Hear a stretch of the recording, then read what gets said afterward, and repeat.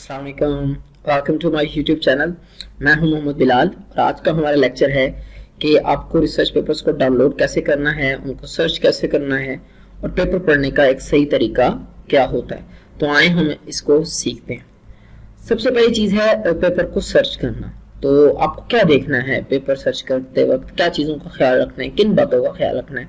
एक तो आपको स्पेसिफिक होना है, मतलब आपका जो भी रिसर्च टाइटल है, जो भी आपका रिसर्च वर्क है, आपने उसके टूवर्ड स्पेसिफिक रहना है। आप इसके लिए सर्च करते वक्त डिफरेंट किस्म के कीवर्ड्स यूज कर सकते हैं। एक एग्जांपल देके मैं आपको समझाऊंगा अभी। इसके अलावा एयर का खास ख्याल रखना है कि हमारी रिसर्च जो है वो अपडेटेड होनी चाहिए, आउटडेटेड नहीं होनी चाहिए। कोशिश करें कि लास्ट डिकेड की जो रिसर्च है उसको रीड करें, उसको गो थ्रू करें। और इसके अलावा अगर हम बात करें जर्नल की, तो आपको थोड़ा सा जर्नल के टूवर्ड भी कॉन्शियस होना चाहिए कि अच्छा जर्नल होना चाहिए जिसका आप पेपर आप पढ़ रहे हैं, ऑथेंटिक होना चाहिए। तो एक छोटा सा क्राइटेरिया आप वैसे सेट कर सकते हैं। एक छोटा सा क्राइटेरिया मैं भी आपको बता देता हूँ कि कोशिश करें कि ऐसा रिसर्च पेपर पढ़ें जिसका इम्पैक्ट फैक्टर, जिस जर्नल का इम्पैक्ट फैक्टर 3.0 से ज्यादा है और उसका साइड स्कोर जो है वो भी 2.5 से ज्यादा है। तो आप उसको जर्नल को जो है वो उसके पेपर्स को जो है पढ़ सकते हैं। अब आपको ये रिसर्च पेपर्स मिलेंगे कहाँ से, जो मेन इशू है। आपको ये रिसर्च पेपर मिलेंगे, ये तीन एक साइट्स जो है मैंने आपके सामने स्क्रीन पे शो हो रही होंगी। ये वो साइट्स हैं जो मोस्ट पॉपुलर हैं और भी बहुत सी साइट्स हैं, यानी गूगल स्कॉलर है, पबमेड है या साइंस डायरेक्ट है। आप यहाँ से पेपर्स को आसानी से असेस कर सकते हैं, डाउनलोड कर सकते हैं। लेकिन कभी पेपर को गूगल मत करें, रिसर्च पेपर ढूंढने के लिए गूगल मत करें, क्योंकि एक तो आपकी एनर्जी वेस्ट होगी, टाइम वेस्ट होगा, और दूसरे नंबर पे वहां पे आपको जो मेजॉरिटी जो चीजें मिलेंगी वो अनऑथेंटिक होंगी। मतलब कोई उसका जो है वो आप यूं नहीं कह सकते कि वो ऑथेंटिक है या नहीं है। लेकिन ये गूगल स्कॉलर, पबमेड या साइंस डायरेक्ट, स्प्रिंगर हो गया, ये ज्यादा ऑथेंटिक है। यहाँ से आप आसानी से पेपर्स को डाउनलोड कर सकते हैं।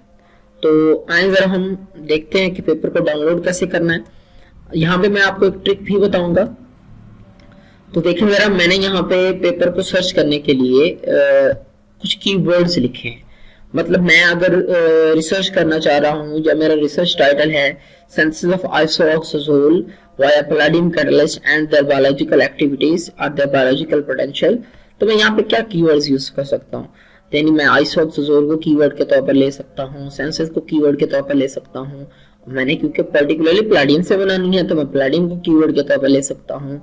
मैंने उसकी बायोलॉजिकल एक्टिविटीज लेनी है तो आप बायोलॉजिकल एक्टिविटीज भी लिख सकता हूँ। बनिस्बत इसके कि आप पूरा टाइटल लिखें और उसको सर्च करें, आप इसके कीवर्ड्स लिखें और इसको सर्च करें। तो ये आप इसको सर्च करेंगे तो आपके सामने जो पेपर है वो खुल जाएंगे। देखिए जरा, इधर पहले पेपर में ही देख लें, इन कीवर्ड्स में से सिंथेसिस यहाँ पे आया हुआ है, आइसोऑक्साजोल आया हुआ है जी, पैलाडियम आया हुआ है। तो यानी जो सर्च इंजन है वो आपके कीवर्ड्स पे वर्क कर रहा होता है बेसिकली। तो अगर आप चाहते हैं कि जी हम अपडेटेड कैसे हैं रिसर्च के लिए, तो ये देखें इस साइड पर जो है कुछ फिल्टर्स लगे हुए हैं। आप यहाँ से कर सकते हैं कस्टम रेंज करके। लेट्स सपोज मैंने 2015 से 2021 किया हुआ है, तो आप इसको सर्च करेंगे तो पेपर खुल जाएंगे। अब लेट्स सपोज मैं इस पेपर को खोलता हूँ न्यू टैब में। देखिए मैंने ये पेपर न्यू टैब में खोला हुआ है।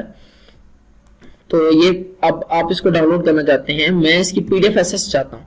कुछ जर्नल ऐसे होते हैं जो आपको पीडीएफ एसेस दे देते हैं और कुछ जो है वो एसेस नहीं देते, तो वो आपसे पैसे डिमांड करेंगे। मतलब वो पेड जर्नल होते हैं, आपको पैसे देने पड़ते हैं, तब आपको वो पेपर तक की एसेस देते हैं। तो इसके लिए हमें क्या करना चाहिए, इसके लिए एक छोटी सी ट्रिक बता रहा हूँ।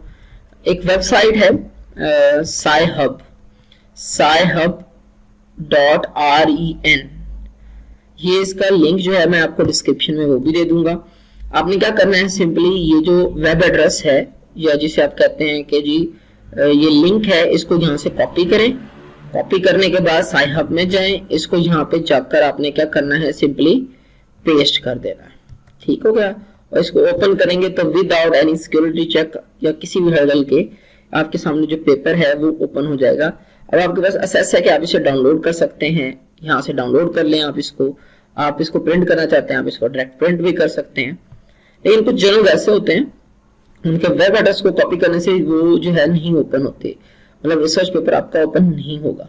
तो आपको क्या करना है, उसका DOI नंबर ढूंढना है। ये देखिए जी, इसका DOI नंबर ये दिया हुआ है। आप इसको कॉपी करें और इसको जाकर यहाँ पे पेस्ट करें। SciHub की सर्च बार में, तब भी आपके पास पेपर जो है वो ओपन हो जाएगा, आप उसे फ्री में डाउनलोड कर लें। एक छोटी सी एडवाइस है कि जब भी आप पेपर डाउनलोड करें, इसको रफली डाउनलोड ना करें, इसको रीनेम करें, इसको 1-2 नंबर दे दें, या जो भी नंबर आपको लगता है आसानी से आप इसको एक ऑर्गेनाइज वे में जो है अपने पास संभाल के रखें कल को, क्योंकि आपको जब भी जरूरत पड़ेगी तो आप इनको यूटिलाइज कर सकते हैं। हम वापस अपनी स्लाइड्स पर जाते हैं। देखिए हमारे पास स्ट्रक्चर ऑफ पेपर की जहां तक बात है, तो स्ट्रक्चर ऑफ पेपर में सबसे पहले उसका टाइटल आता है, उसके कीवर्ड्स आते हैं, एब्स्ट्रैक्ट आता है, इंट्रोडक्शन होगा, उसका एक्सपेरिमेंटल पोर्शन के अंदर टेबल्स, फिगर्स, ग्राफ्स वगैरह जो है वो इंक्लूड होंगे, कंक्लूजन एंड देन रेफरेंसेस।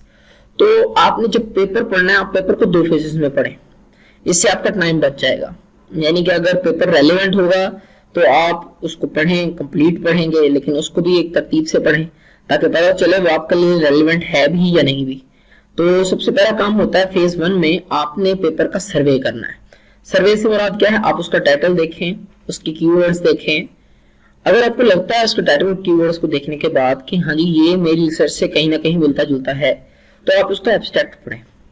आपको उसके एब्स्ट्रैक्ट से आइडिया हो जाएगा कि ये रिसर्च किस चीज पर की गई है, क्योंकि देखिए जो एब्स्ट्रैक्ट होता है वो किसी भी रिसर्च पेपर का मेन थीम होता है कि रिसर्चर ने क्या काम जो है वो इस पेपर के अंदर किया हुआ है, और उसके बाद आपने कंक्लूजन पढ़ना है। अब कंक्लूजन पढ़ने की वजह क्या है, अक्सर जो स्टूडेंट्स हैं या यंग रिसर्चर्स हैं वो ये चीज जो है डिनाई कर देते हैं, छोड़ देते हैं, नेग्लेक्ट कर देते हैं। उसकी रीजन क्या है, आपको कंक्लूजन क्यों पढ़ना है, कंक्लूजन से आपको उसके रिजल्ट्स पता चलेंगे कि जी इसने ये काम किया। एब्स्ट्रैक्ट पढ़ने के बाद आपको काम का अंदाजा हो जाएगा, उसके बाद आपको अंदाजा होगा कि इसने कितनी सक्सेस हासिल की, क्या ये इसमें कामयाब हुआ, क्या ये इसमें नाकाम हुआ।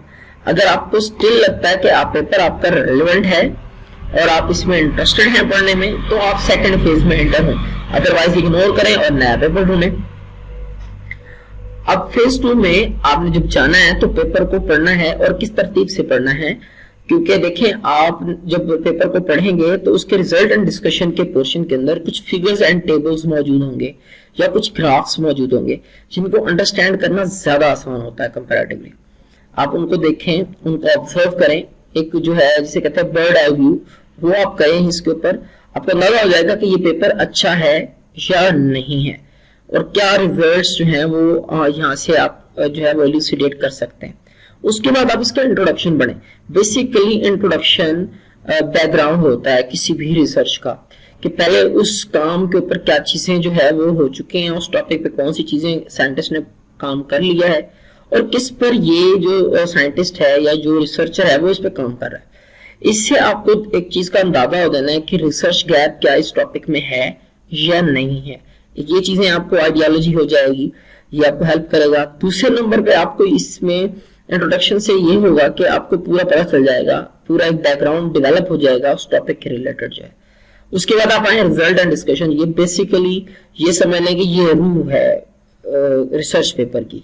इसमें रिसर्चर ने अपनी तमाम तर जो एक्सपेरिमेंटेशन उसने की होती है उसके बारे में, उसने जो जो चीजें ऑब्जर्व की होती हैं उसने थॉरली एक्सप्लेन किया होता है। कोई प्रॉब्लम्स फेस की हैं तो वो भी मेंशन होंगी, कुछ सक्सेस उसने हासिल की है तो वो भी मेंशन होगा, और डिटेल्ड मेंशन होगा।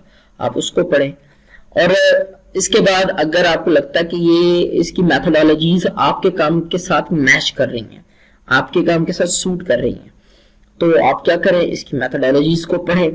लेकिन एक चीज याद रखिएगा, रिसर्च पेपर पढ़ते वक्त एक खास ख्याल रखें, आप इसकी बाकायदा या तो एक डायरी बना लें या वर्ड में कोई फाइल बना लें जिसमें आप इसके नोट्स जो हैं वो लिखें और इसका एक रेफरेंस लिख लें, और कोशिश करें कि नोट्स इसके बनाएं।